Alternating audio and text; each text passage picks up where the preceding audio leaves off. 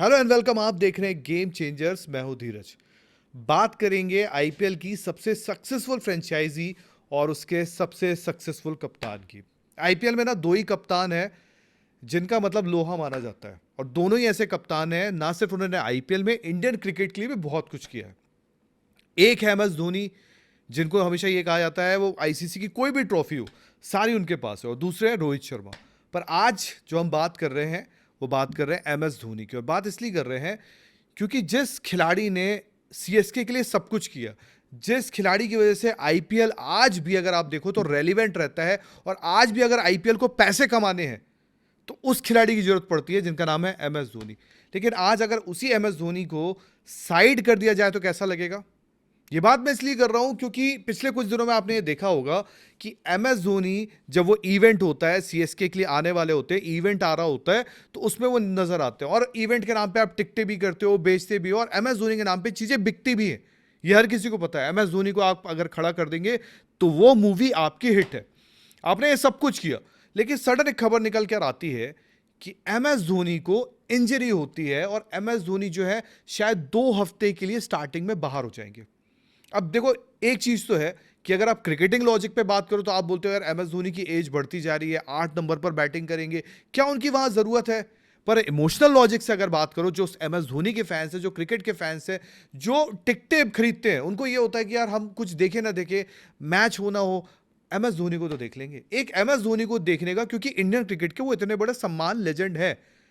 But दिक्कत ये है, अगर मैं आपसे ये कहूं कि एमएस धोनी ने जो सारा कार्यकाल है अपना, यानी कि चेन्नई सुपर किंग्स के, जिनको सर्वे सर्वा कहा जाता है, और ये बात मैं इसलिए कह रहा हूं क्योंकि बहुत साल पहले एक चैट हो रही थी, कोविड का टाइम था, जिसमें एमएस धोनी को लेकर बात कही थी हरभजन सिंह और रोहित शर्मा, इनमें चैट हो रही थी इंस्टाग्राम में। तब हरभजन सिंह बोलते हैं कि चेन्नई सुपर किंग्स में अगर कोई बॉस है, अगर कोई कैप्टन है, अगर कोई सब कुछ है, अगर एक कंपनी का आप एचआर है, सीईओ है, सब है, तो वो एमएस धोनी है।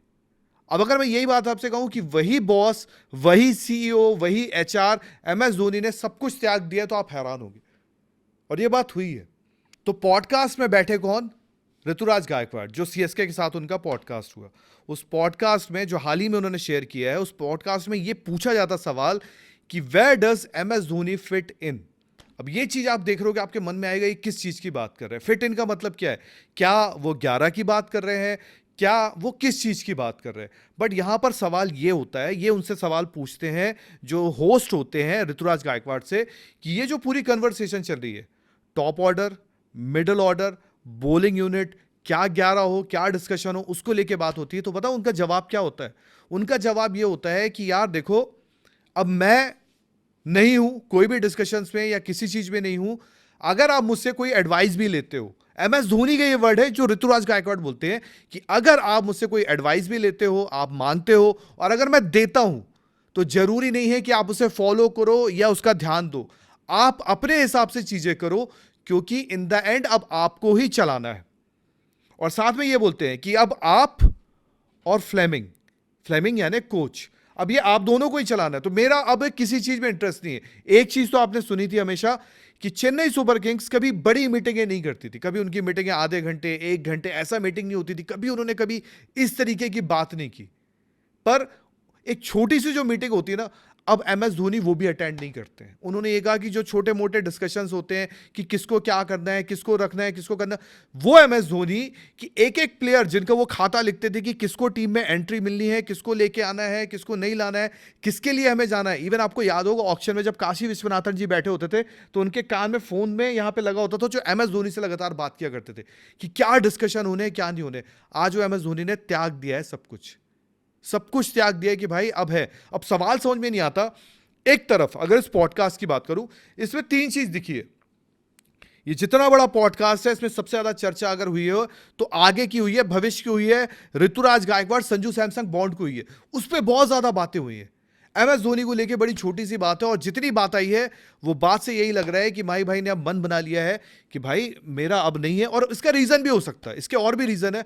कई अंदर से रिपोर्ट्स भी आई हैं कि यार एमएस धोनी को लेके देखो, कभी खुल के उधर से आता नहीं है ना, कभी माही भाई खुल के बोलेंगे भी। बट जडेजा वाला जो पॉइंट था, जो जडेजा को जो चीजें हुई थी, जैसे उस पर भी सवाल उनसे पूछा गया, तो उन्होंने बोला कि यार देखो, जडेजा का जाना हमारे लिए एक बहुत बड़ा मतलब एक एक वॉइड क्रिएट करता है उस टीम में, उस जगह पर, बट हमें उसको भरना है। बट इस डिस्कशन में पूरा मैनेजमेंट, हर कोई था इस डिस्कशन में, हर कोई मैनेजमेंट था, बट अब वो चीजें कुछ थी, फैसला था जो लिया गया। और साथ ही बड़ी बात चली, संजू सैमसंग की बात चली कि संजू सैमसंग से मेरी बात भी हुई थी 3 साल पहले कि कैसा एटमॉस्फेयर है, क्या कुछ है सीएसके के अंदर, अगर मैं आऊंगा तो क्या है, वो चीज़ें चली। और इस साल के डिस्कशंस को भी लेकर उन्होंने बताया कि जब वो आना चाहते थे, जब ये डीलिंग हुई, कि डील हुआ कि वो आ रहे हैं, सब कुछ फाइनलाइज हो गया, तब उन्होंने ये भी बोला कि मैं आ रहा हूं तो आप टेंशन मत लो, मैं आकर एज प्लेयर खेलूंगा आपकी कप्तानी के अंडर। तो ऋतुराज गायकवाड़ और संजू सैमसंग के ब्रोमांस वाली ज्यादा बातें चली है। लेकिन सबसे ज्यादा हैरान करता ना, मतलब देखो, ये एक होगा कि 2026 से ऋतुराज गायकवाड़ एंड संजू सैमसंग, ये तो एक इस सीएसके को आगे ले जाएंगे। बट आज जब से आईपीएल शुरू हुआ तब से 2026 तक एमएस धोनी, जिन्होंने मतलब कोशिश की हमेशा इस टीम को बना के रखने की, चीजें रखने की, और कहीं ना कहीं ये भी ध्यान देना होगा कि सीएसके ने, जब उनको पता है कि माही भाई की उम्र ज्यादा हो गई, तब भी थोड़ा सा आप जो भी कह लो, क्योंकि माही भाई मतलब रेवेन्यू, रेवेन्यू मतलब आईपीएल का फायदा, आईपीएल का फायदा मतलब चेन्नई सुपर किंग्स का फायदा, इस चीज का तो बहुत अच्छे से सबने बुनाया है। लेकिन आज उसी बड़े खिलाड़ी को साइडलाइन भी कर दिया गया है कहीं ना कहीं। बातें जरूर इंजरी की निकल कर आ रही है कि यार इंजरी है, चीजें हैं, लेकिन कुछ बातें जो ऋतुराज गायकवाड़ ने इस पॉडकास्ट में बोली है, वो साफ इशारा करती है कि माही भाई ने थोड़ा सा किसी ना किसी बात से चीजें हैं, या जो है उनके दिल पर है, पर माही भाई ने बोल दिया अब नहीं यार, अब मेरा वक्त हो गया, अब मेरा वक्त हो गया, शायद अब मेरा जाने का टाइम आ गया।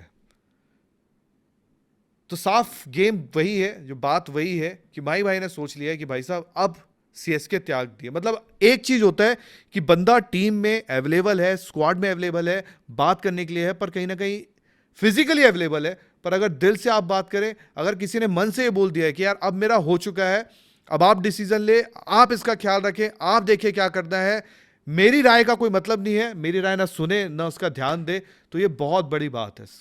इशारों इशारों में उन्होंने बहुत बड़ी बात करी, और ये अच्छी भी बात है। कई बार ये भी चीज होती है कि कोई खिलाड़ी होता है या कोई कप्तान होता है, वो जगह को छोड़ता ही नहीं है, वो मानता ही नहीं है, पर ये माही भाई का बड़प्पन है कि उन्होंने कम से कम ये चीजें मानी। बट एज फैन मैं आपसे जानना चाहूंगा कि आप इस फैसले को कैसे देखते हो? क्या माही भाई इस चीज को खुशी खुशी ले रहे हैं, या वो जडेजा वाला चीजें, या पिछले कुछ टाइम में जो चीजें हुई हैं, क्योंकि उसमें कहीं ना कहीं रिपोर्ट्स में ये निकल कर आया कि माही भाई शायद खुश नहीं है, एमएस धोनी शायद खुश नहीं है, तो क्या उनका दिल दुखा के फैसले लिए गए? ये सारी बातें आपको कमेंट सेक्शन में बतानी है। बाकी इस वीडियो में इतना ही। वीडियो पसंद आए तो लाइक करें, आपको अगर किसी दोस्त को शेयर करना है तो शेयर भी कर सकते हैं, चैनल को सब्सक्राइब करें। जय हिंद, जय भारत।